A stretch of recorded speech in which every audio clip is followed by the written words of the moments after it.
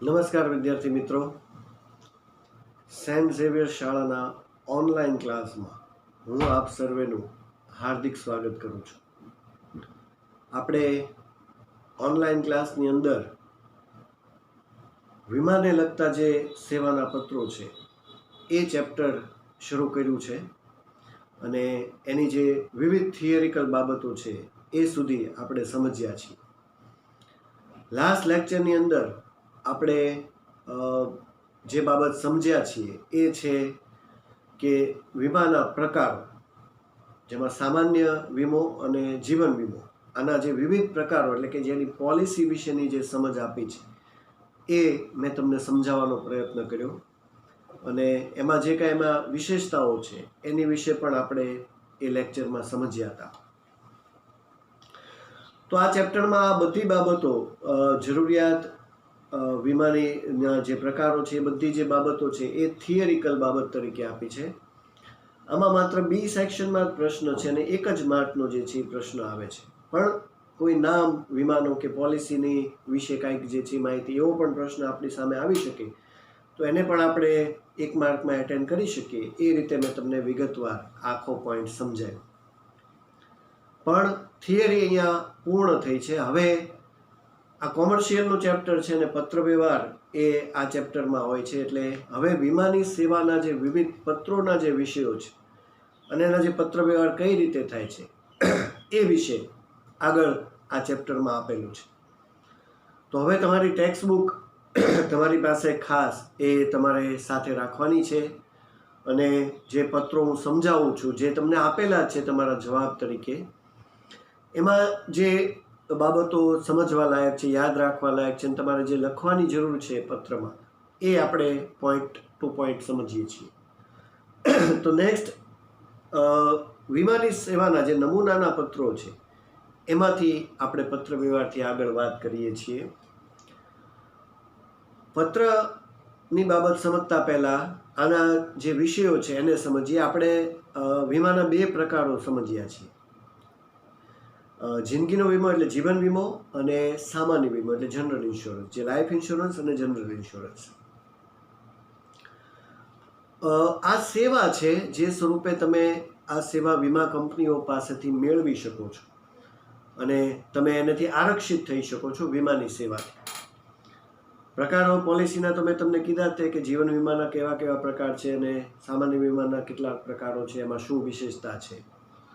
પણ તમારે જે કોઈ સેવા તમારે વીમાની લેવી હોય એ સ્વરૂપે તમારે એ બાબતે જાણકારી મેળવવી આવશ્યક છે.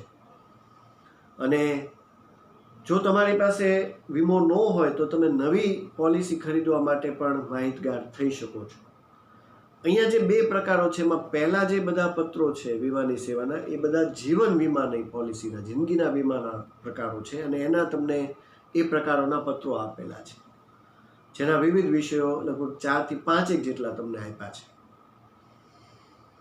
તો પહેલા આપણે એ પત્રોને જોઈએ કે જિંદગીના વીમાની પોલિસી લેવી હોય તો એ વિષય. હવે અહીંયા જે પહેલો વિષય છે એને સમજવાનો પ્રયત્ન કરીએ કે તમારે નવી પોલિસી જીવન વીમાની ખરીદવી છે અને તમારી પાસે કોઈ પોલિસી નથી જીવનની, તો નવી પોલિસી ખરીદવા માટે પત્ર વ્યવહારમાં શું આપણે પૂછી શકીએ, કેવો વિષય હોઈ શકે, એને તમને પહેલા પત્ર તરીકે આપ્યો છે. તમને ઉપર તમે ટેક્સ્ટ બુકમાં ખાસ જોજો કે એમાં તમને વિષય તો સવાલ તરીકે આપેલો જ છે કે જેમાં આનંદ મહેલ રોડ ઉપર નિવાસી એક વ્યક્તિની નવી પોલિસી ખરીદવાની જે ઈચ્છા છે એ તમારો સવાલ છે. આવી રીતે તમને શબ્દો બદલીને સવાલ પૂછાઈ શકે છે. પણ મેઇન તો આ જ વિષયો છે. હવે વ્યક્તિ પાસે એક પણ પોલિસી નથી જીવનની, એ નવી પોલિસી લેવા માંગે ત્યારે એમાં શું વિશેષતાઓ એ પૂછી શકે એ વિશે આપણે આ પત્ર વ્યવહારમાં સમજીએ. તો તમારો સવાલ તમને ઉપર આપ્યો છે.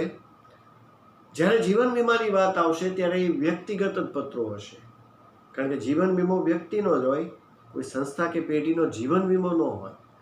એટલે અહીંયા જે બધા પત્રો આપ્યા છે એમાં વ્યક્તિગત નામ જ આપેલા છે. અને તમે લેટરમાં ખાસ જુઓ કે નામ સહિત આખું જે સરનામું છે, જે તમને બેંકમાં પણ અમુક પત્રોમાં મેં તમને કીધું હતું અને બીજા પણ જે ચેપ્ટર ચાલ્યા એમાં કીધું હતું કે જ્યારે એકલા નામ સહિત પત્રો હોય, કોઈ પેઢી કે સંસ્થાનો હોય, ત્યારે આખું સરનામું એ જમણી બાજુએ લખવું જરૂરી છે. અહીંયા તો જિંદગીના વીમાની વાત આવશે એટલે હવે જેટલા પત્રો વિષયો આવશે એમાં બધા વ્યક્તિગત જ આવશે, એટલે આમાં બધા પત્રો જમણી બાજુએ એડ્રેસિંગ થશે નામ સહિત. કેમ કે આમાં પહેલું નામ છે નરોત્તમ સવાણી, એવા કોઈ વ્યક્તિએ આ પત્ર લખ્યો છે. તો બાકીનું સરનામું તમને આખું આપેલું છે. આ સુરતના રહેવાસી છે, પિનકોડ નંબર મેં તમને આખું એડ્રેસ લખવા માટે દર વખતે કીધું જ છે કે વ્યવસ્થિત પૂરું સરનામું જ લખવાનું. તો આમાં જો આખું સરનામું બહુ સરસ રીતે તમને આપ્યું છે. આવી જ રીતે એડ્રેસિંગ હંમેશા વિદ્યાર્થી મિત્રોએ કરવાનું છે. બીજું, જમણી બાજુએ આખું એડ્રેસ ગયું એટલે તમે જુઓ કે ડાબી બાજુએ તમને આખો ભાગ ખાલી છે, તો ત્યાં તમે જેમ તમને સમજાયું છે કે phone number, email, website, fax number આવા કોઈ નંબર લખી શકો. મોબાઈલ નંબર પણ ચાલે છે, લેન્ડલાઇન નંબર પણ ચાલે છે, તમને આપેલો જ છે. એ રીતે તમારે એ ડાબી બાજુએ લખવાનું છે. આ પહેલો પત્ર છે એટલે હું તમને આમાં જે વિશેષતાઓ છે એ પહેલી વાર કહું છું, પછી તો પત્ર રૂટીન થશે એટલે આપણે એના મેઇન ટોપિક ઉપર જશું. તો આખું એડ્રેસ જમણી બાજુએ આવી ગયું, નામ સહિત, પિનકોડ નંબર, શહેરનું નામ. ત્યાર પછી તમને ખ્યાલ છે કે તમારે તારીખ લખવાની છે. જે પણ તમને એક ફોર્મેટ સમજાયું છે કે વાણિજ્યિક પત્રની તારીખ એક ફિક્સ ફોર્મેટમાં છે, તો આ જ રીતે હંમેશા લખવાની ટેવ પાડો, યાદ રાખીને. કારણ કે આમાં પણ આપણા માર્ક જે છે એ કપાઈ જતા હોય છે, તો આવી ભૂલ ન થાય એટલે ખાસ સમજવાનું.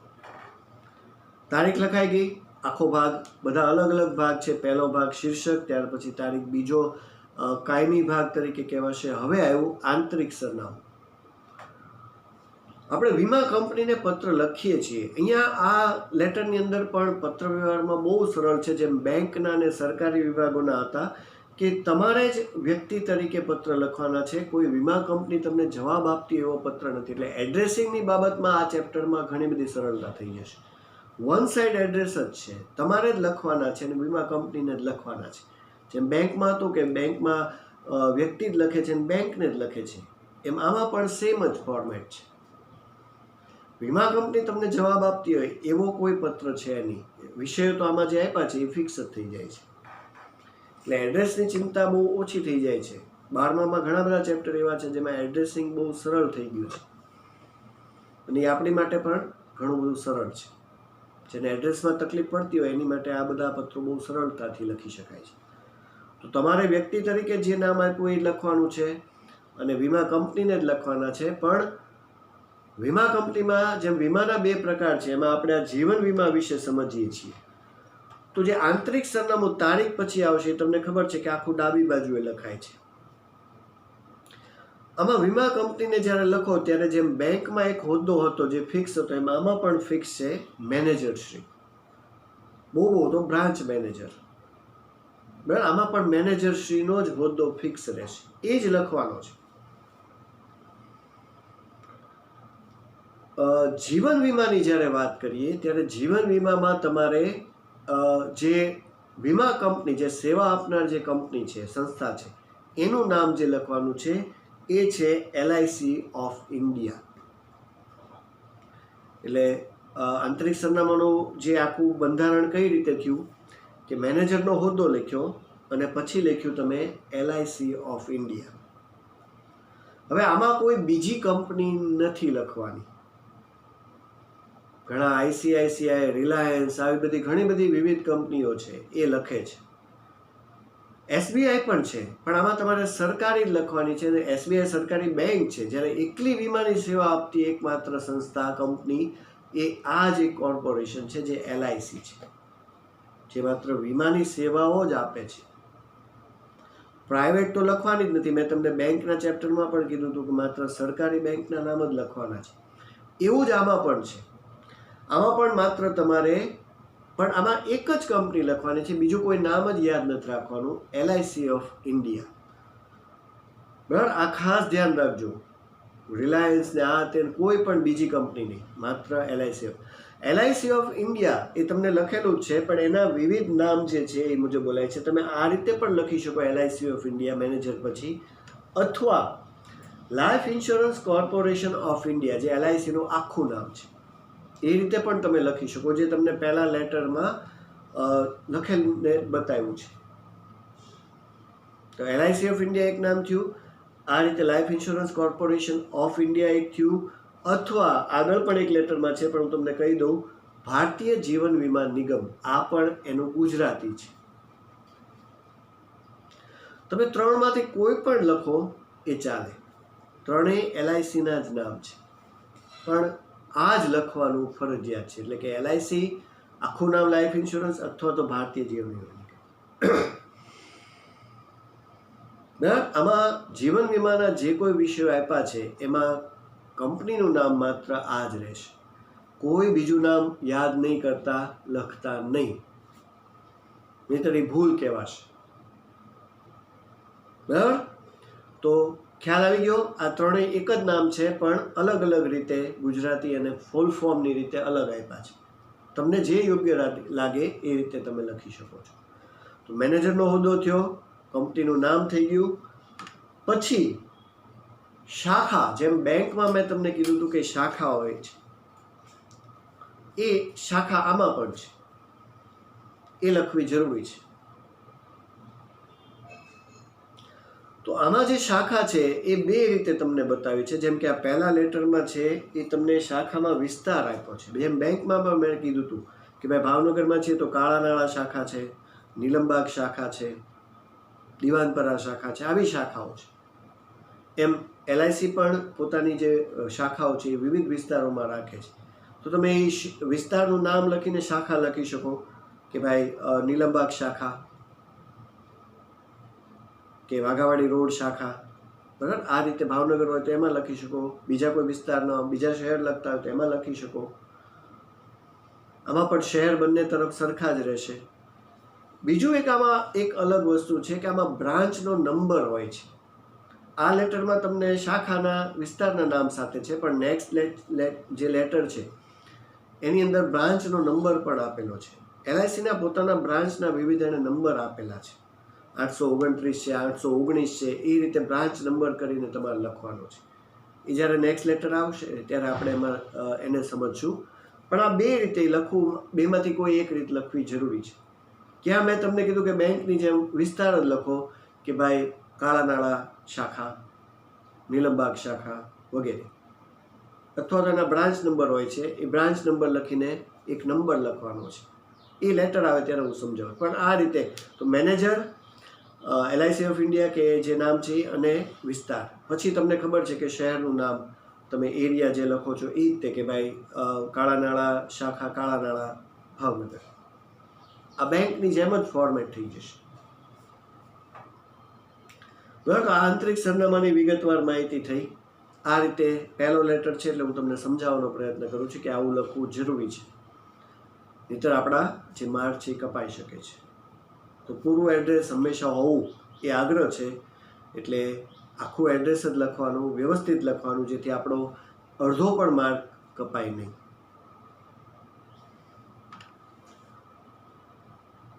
આંતરિક સરનામું પૂરું થાય પછી સાહેબશ્રી જે કાંઈ આપણે સેલ્યુટેશન કરીએ છીએ એ હોય છે. પછી વિષય, આમાં આ વર્ષમાં તમને કીધું છે કે 12માં જે કાંઈ તમે લેટર લખો એમાં સબ્જેક્ટ લાઇન જરૂરી છે, વિષય લખવો ફરજિયાત છે. આ નવી પોલિસી ખરીદવાનો પત્ર છે, એટલે અહીંયા વિવિધ પ્રકારની જીવન વીમા પોલિસીની માહિતી માગતો પત્ર, કે માહિતી વિશે જાણકારી માટેનો વિષય બની શકે. જે કોઈ તમને આમાં આપ્યો છે એ મુજબ માહિતી મેળવવા બાબત એવો વિષયથી આ વિષય લેખા લખવી ફરજિયાત છે. બરાબર? એટલે વિષય થઈ ગયો. હવે તમારે લેટરમાં જે વિગતવાર માહિતી લખવાની છે એ વિશે વાત કરીએ. તો એ વ્યક્તિ નવી વીમા પોલિસી લેવા માગે છે, તો એ શા માટે પોલિસી લેવા માગે છે એ વિશે પેરેગ્રાફમાં સમજાવવાનું છે. કે વ્યક્તિએ આ જાણકારી મેળવી છે, જીવન વીમાની અત્યારે અગત્યતા છે, જે તમને મેં જરૂરિયાતમાં થિયરીમાં સમજાવ્યું કે અત્યારે વીમા પોલિસી હોવી જોઈએ, વીમા પોલિસીની શું અગત્યતા છે, એના જીવનમાં શું કામ એ જરૂરી છે, એ વિશે થોડી વાત એણે શરૂઆતમાં કરવાની છે. અને એમને જાણવા મળ્યું છે કે વિવિધ પ્રકારની પોલિસીઓ અવેલેબલ છે, પણ એમને કઈ પોલિસી સારી એ વિશે જાણકારી નથી. એ તો માત્ર એટલું જાણે છે કે વીમો હોવો જોઈએ, અને આ જીવન વીમા નિગમ એ વિવિધ પોલિસી વેચે છે અને એમને એમની ઉપર સંપૂર્ણ ભરોસો છે. તો આ થઈ એમને સેવા માટેની માહિતી, પણ હવે એમણે પોતાનો પરિચય આપવો જોઈએ. જે નેક્સ્ટ પોઈન્ટ છે કે પોતાનો સંપૂર્ણ પરિચય આપે. તો તમને લેટરમાં બીજા પેરેગ્રાફમાં આ વિશે માહિતી આપી છે કે એ વ્યક્તિ સ્વતંત્ર ધંધો ચલાવે છે, પોતાની ઉંમર લખી છે, પોતાના વ્યવસાય વિશે વાત કરી છે, પતિ પત્ની છે, બાળકોની વાત કરી છે, પોતે સ્વતંત્ર ઘરમાં એની આજીવિકા એમના દ્વારા જ ચલાવવામાં આવે છે, એટલે આર્થિક ઉપાર્જન એ જ પોતે કરે છે, અને આ રીતે એ પોતાનો સંપૂર્ણ પરિચય આપે છે. બરાબર, ટૂંકમાં જીવન નિર્વાહ એ એમની જે કમાણી છે એમની ઉપર જ એમના કુટુંબનો થઈ રહ્યો છે. એ રીતે હંમેશા પોતાનો પરિચય એ દ્વારા એ વાત કરી છે. બીજું કે જ્યારે પોલિસી લેવાની હોય ત્યારે એક શબ્દ મેં તમને ખૂબ અગત્યનો કીધો કે એમાં તમારે આ સેવા સ્વરૂપે પ્રીમિયમ પણ ભરવું પડે છે. તો વ્યક્તિ પોતે જે કાંઈ આવક કરે છે જે દર મહિને, એમાંથી એવું કહે છે કે એમની પ્રીમિયમ ભરવાની ક્ષમતા કેટલી છે. એ દર મહિને આટલા રૂપિયા ભરી શકે, દર 6 મહિને, 3 મહિને. આમાં પ્રીમિયમ જે છે એ માટે તમને વિવિધ પ્રકારના મોડ જે આપવામાં આવે છે કે તમે 3 મહિને ભરી શકો, 6 મહિને ભરી શકો, વર્ષે ભરી શકો. એ તમારી ક્ષમતા ઉપર છે. તો વ્યક્તિ એમ કહે છે કે હું દર 6 મહિને જે છે 4,000 રૂપિયા સુધી તો ભરી શકું એમ છું. એટલે એવી કોઈ પોલિસી મને હોય કે જેમાં આ મારું પ્રીમિયમ પણ હું પૂરેપૂરું ભરી શકું, નિયમિત ભરી શકું, એ પોતાની ક્ષમતાથી અહીંયા વાત કરે છે. તો પોતાનો પરિચય આપી દીધો, પ્રીમિયમ ભરવાની ક્ષમતા વિશે વાત કરી દીધી. હવે છેલ્લે આ પત્રની અંદર આ બધું જણાવ્યા પછી એ મેનેજરને વિનંતી કરે છે કે તમને અમે આ જે બાબતો જણાવી પછી મારી માટે કઈ પોલિસી વધારે સારી છે એ વિશે તમે મને સમજાવજો. એ માટે પેમ્પલેટ મોકલી શકાય, કોઈ એજન્ટને મોકલી શકાય, પોતે પણ રૂબરૂ જઈ શકાય. પોતે એટલે જે વીમો લેવા માંગે છે એ પણ ઓફિસમાં રૂબરૂ મુલાકાત માટે જઈ શકે છે. પણ મેનેજર જ્યારે યોગ્ય જવાબ આપશે ત્યારે એને અનુસંધાને એ આ માટે ઓફિસમાં અથવા તો એ રૂબરૂ પણ એ હાજર થઈ શકે છે. આવી રીતે છેલ્લે વાક્ય રચનાથી વિનંતી દ્વારા પૂર્ણ કરે છે કે તમારા જવાબથી જ હું આ તમારી રૂબરૂ મુલાકાત અથવા તમે કોઈ એજન્ટને મોકલી શકો, કોઈ અધિકારીને મને સમજાવવા માટે મોકલી શકો, જેથી મારે પોલિસી લેવામાં જે મુશ્કેલી છે એ દૂર થઈ શકે. બરાબર, આ રીતે છેલ્લા પેરેગ્રાફમાં આભાર સાથે એ વાત પૂર્ણ કરી છે અને લેટરને કમ્પ્લીટ કર્યો છે. આ વીમાના પત્રો જીવન વીમા વિશે છે, એટલે આની અંદર વ્યક્તિગત જ સરનામું છે, એટલે નીચે પણ આપનો વિશ્વાસુ સિગ્નેચર અને માત્ર નામ જ આવશે. બીજો કોઈ હોદ્દો કે એમાં કંઈ જરૂર નથી, કારણ કે આ વ્યક્તિગત છે. જે કોઈ વિષય આપ્યા છે બધામાં સેમ જ ફોર્મેટ રહેશે. આપનો વિશ્વાસુ, વચ્ચે સિગ્નેચર અને પછી જે સિગ્નેચર કરનાર છે એનું નામ, એ તમે કાઉન્સમાં પણ લખી શકો છો.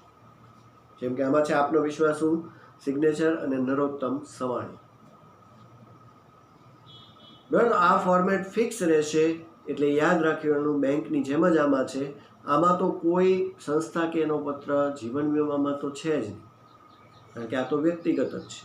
તો આ પહેલો પત્ર થયો જે વિષય તમને આપ્યો છે કે વ્યક્તિ પાસે કોઈ પણ પોલિસી નથી, માત્ર એને જાણકારી મળી છે કે જીવન વીમા પોલિસી હોવી જોઈએ. તો એ નવી પોલિસી લેવા માટે કઈ રીતે વાત કરી શકે એ આ પહેલા લેટરમાં આપણે સમજ્યા છીએ. ઇન્સ્યોરન્સની અગત્યતા.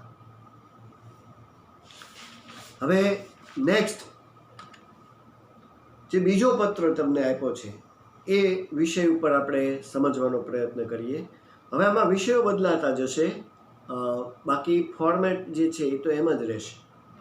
તો આ છે પોલિસી ઉપર મળતા વધારાના લાભની જાણકારી માટે. આ બીજો તમારો પત્ર છે જે તમને ઉપર વિષય આપ્યો છે શ્રીમતી વૃંદા જે શિવકૃષ્ણને એવું છે, છેલ્લા થોડા વર્ષોથી વીમાથી આરક્ષિત છે, એટલે કે એમણે વીમા પોલિસી લઈ લીધી છે અને એની ઉપર એમાં જે કાંઈ વધારાના લાભ છે એ વિશે નવી જાણકારી મેળવવા માંગે છે.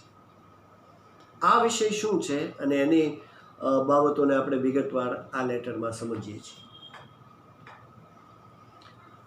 તો લાભ જે જાણકારી માટે છે એ માટે આપણે પહેલાં આ લેટરને શરૂ કરીએ છીએ.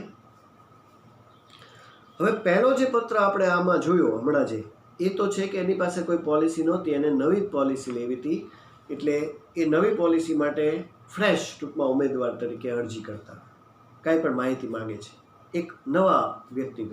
પણ જે વ્યક્તિ પાસે તો પોલિસી અગાઉથી લીધેલી જ છે એ કન્ટિન્યુ પોલિસી છે, અને એવી જૂની પોલિસી હોય ત્યારે એમાં ખાસ તો એડ્રેસિંગ તો સેમ થઈ ગયું કે નામ આપી દીધું, આખું સરનામું જમણી બાજુએ જ રહેશે, આ બાજુ ફોન નંબર આવી જશે, તારીખ આવશે, મેનેજર શ્રી આંતરિક સરનામા, લાઈફ ઇન્સ્યોરન્સ, અહીંયા નામ આપ્યું છે ભારતીય જીવન વીમા નિગમ. મેં તમને ત્રણેય રીતે નામ કીધા છે.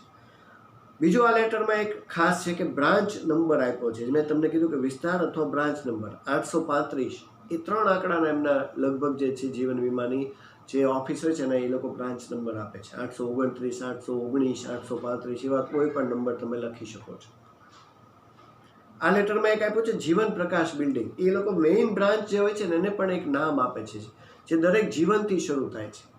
ક્યાંક ને ક્યાંક જીવન આવતું હોય છે, એમની પોલિસીમાં પણ નામમાં હોય છે. આ LICની એક વિશેષતા છે. પછી શહેરનું નામ, વિસ્તાર અને શહેરનું નામ પિનકોડ નંબર સાથે. હવે શ્રીમાન અને વિષય એ તો તમને આવી ગયો કે નવા જે લાભ છે, વધારાના લાભ, એની જાણકારી અંગેનો આ પત્ર છે. આ બધું ફરજિયાત છે લખવું, તમને લેટરમાં જવાબ તરીકે આપેલું છે. પણ અહીંયા જ્યારે જૂની પોલિસી હોય અને એમાં તમે કાંઈક માહિતી માંગતા હો તો એમાં સંદર્ભ એક નવો પોઈન્ટ આવે છે જે જરૂરી છે.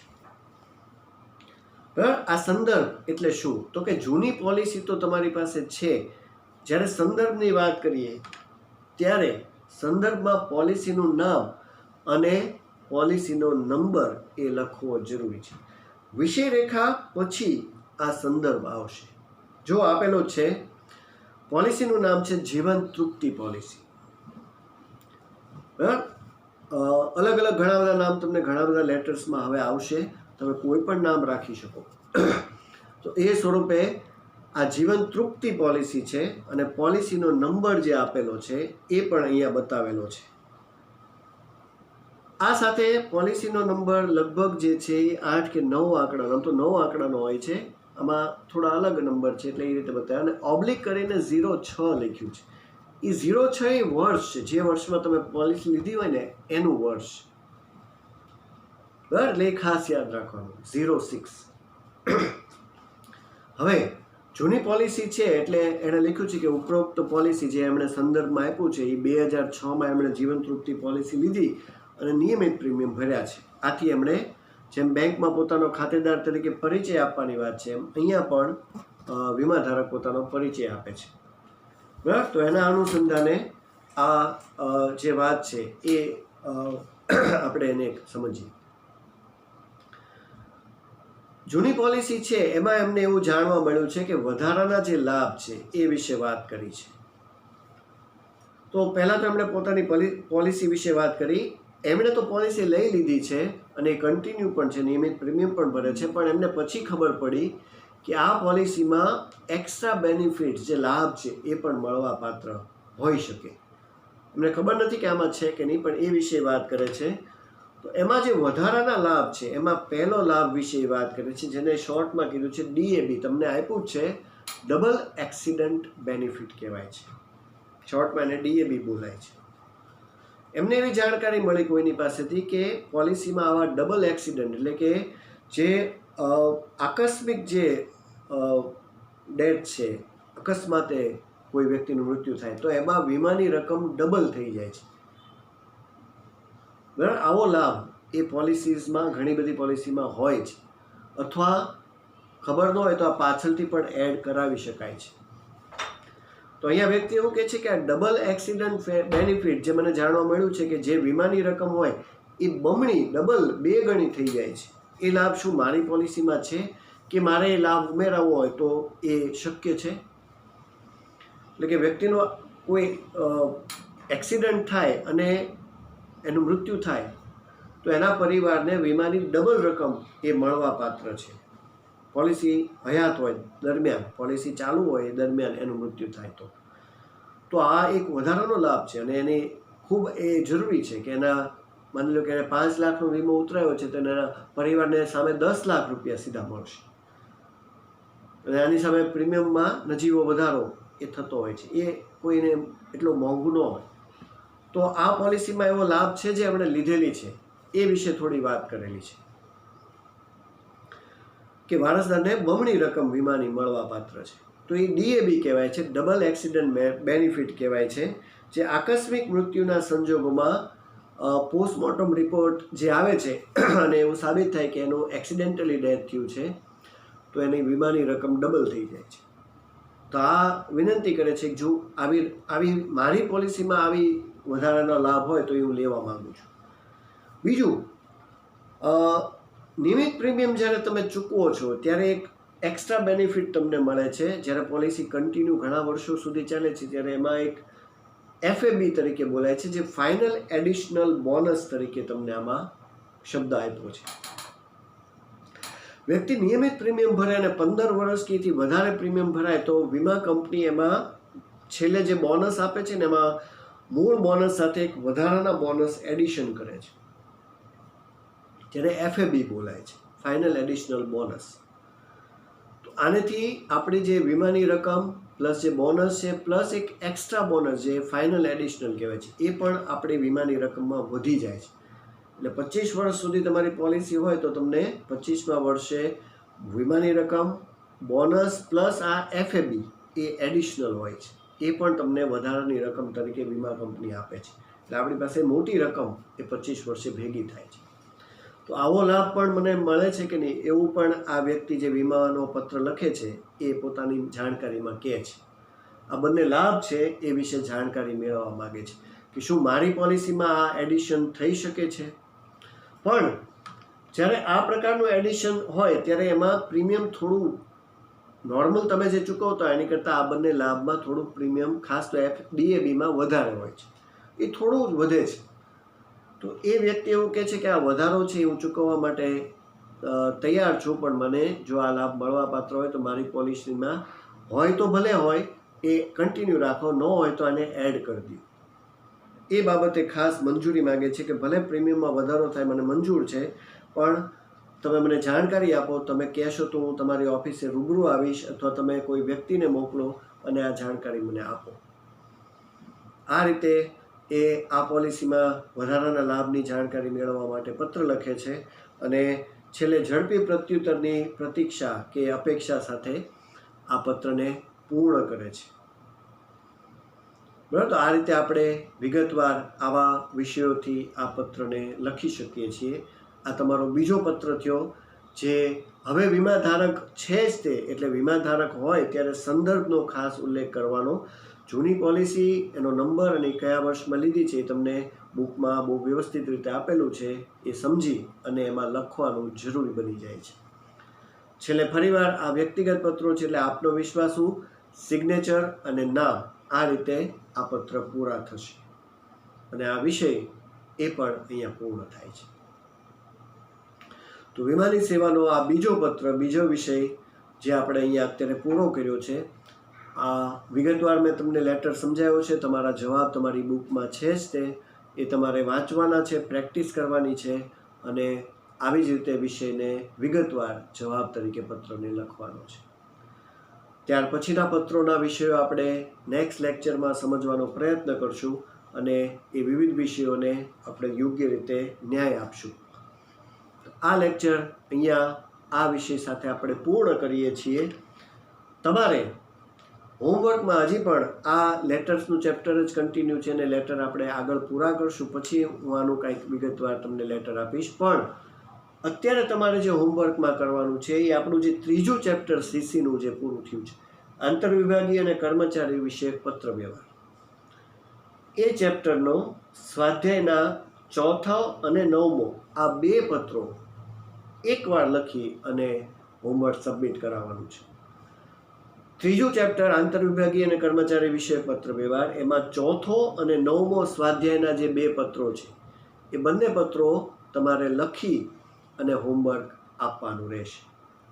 બરાબર, તો આ તમારું હોમવર્ક રહેશે જે તમારે આ લેક્ચર સાંભળ્યા પછી, સમજ્યા પછી એ પૂર્ણ કરીને સબમિટ કરાવવાનું રહેશે. તો વિદ્યાર્થી મિત્રો, આ સાથે આજનો આ લેક્ચર જે છે એ હું અહીંયા પૂર્ણ કરું છું અને નવા લેક્ચરમાં આપણે આ વિમાની સેવાના વિવિધ જે પત્રો છે એના વિષયોને વિગતવાર આગળ સમજશું અને ચેપ્ટરને પૂર્ણ કરવાનો પ્રયત્ન કરશું. તો આ સાથે ફરી મળીશું નવા લેક્ચરમાં. નમસ્કાર.